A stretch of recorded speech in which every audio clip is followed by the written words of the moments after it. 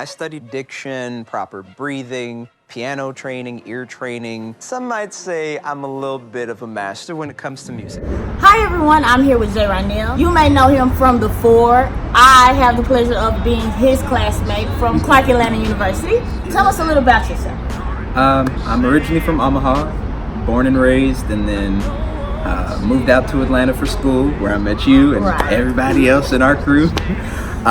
Graduated from Clark Atlanta University, go Panthers, and been out here in LA ever since, just continuing to grind and put out music and, like I said, get on The Four, and been blessed to have a whole lot of amazing opportunities. Awesome. So how has that transition been from CAU? Moving from college to LA was an interesting journey. So on one hand, I knew that coming around to graduation, I knew that I wanted to continue pursuing music, but all signs were kind of pointing away from Atlanta and more so towards LA, because I had auditions coming up that I wanted to pursue. I knew I had family out there, so I was just like, okay, you know, all signs are pointing to LA, so let me go ahead and start to make preparations to make that move. And I am actually very glad that I did. It was a lot of work.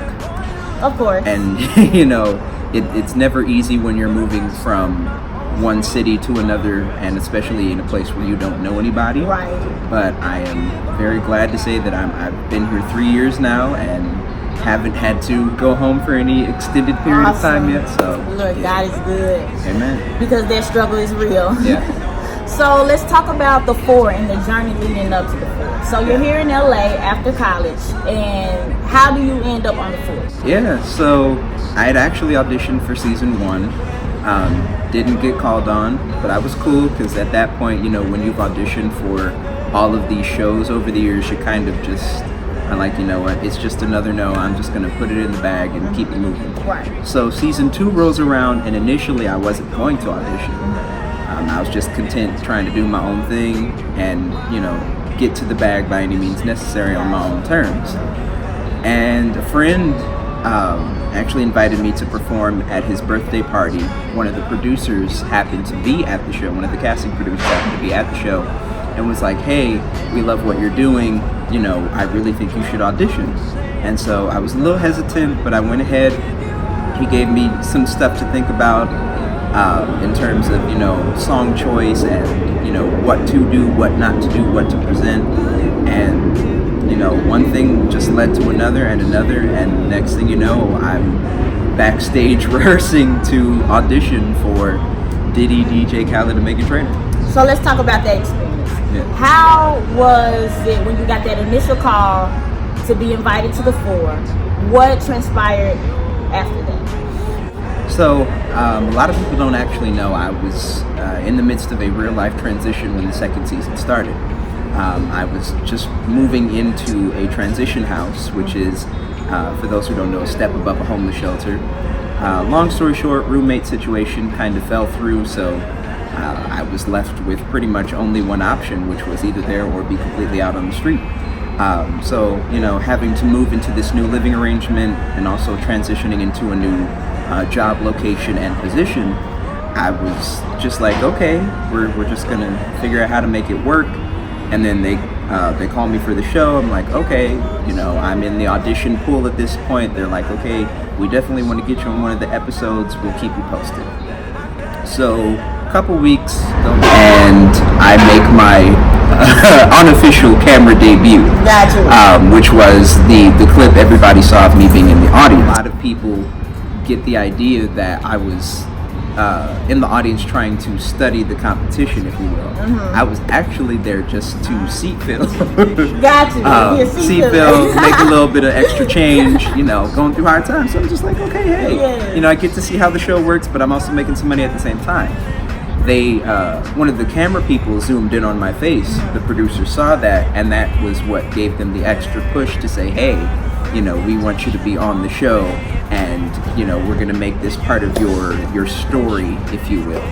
So. Awesome. So for you all who don't watch The Four, JeRonelle, in my opinion, he's really had one of the most amazing performances on The Four.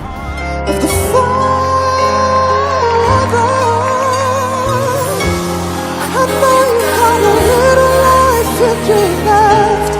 I know you got a lot of strength left. Yeah, I know you got a little life in your left. I know you got a lot of strength left. Should be quiet, but I just can't let it show. That particular song has always been one that I've always kind of stayed away from in terms of trying to cover or do live, just because of my own fear of, you know, is this a song that I would really be able to do justice?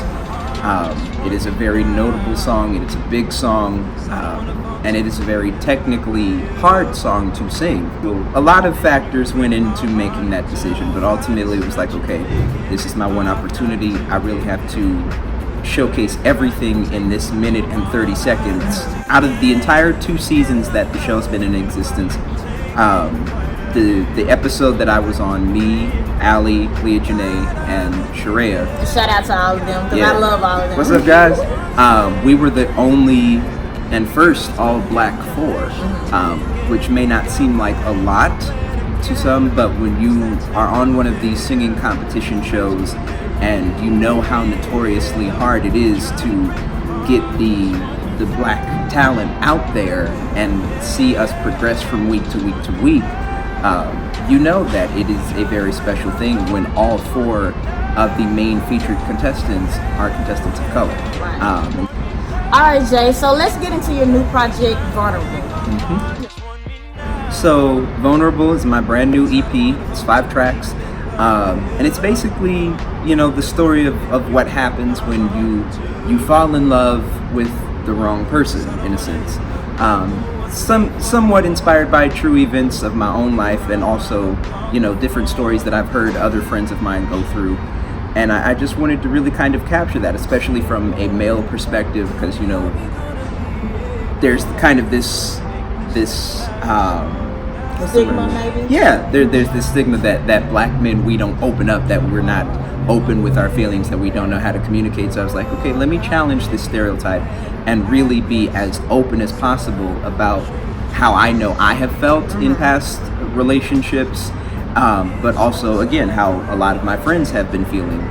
I just wanted to kind of put together a project that I know a lot of people could relate to. And so yeah, I'm blessed to say that the project ended up debuting at number 56, went on to peak though at number 43 on the iTunes R&B charts. Congratulations. Yeah, my first time ever having that sort of experience, especially when you don't have a major label or agent, manager, nothing. JeRonelle. This is crazy because I'm really not one to cry. I come from Omaha, Nebraska, and they don't see people from their city that get to do big things, and so to be one of the people that can go back home and inspire.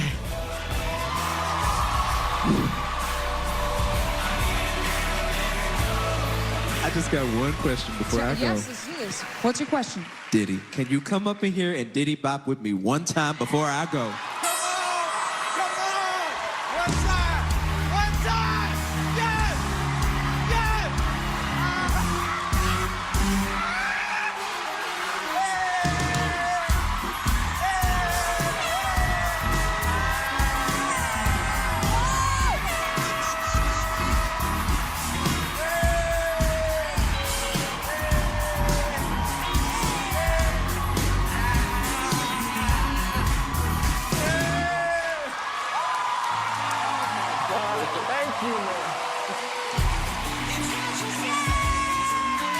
JeRonelle!